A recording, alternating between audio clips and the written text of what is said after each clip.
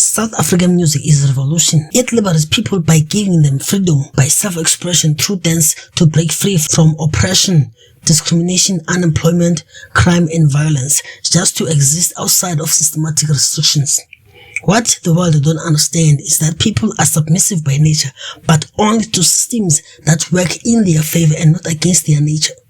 Revolution happens only because people feel suffocated by the system that blocks their evolution. Amapiano is a high vibrational sound that projects high frequencies and positive energies. They make you feel like all is well.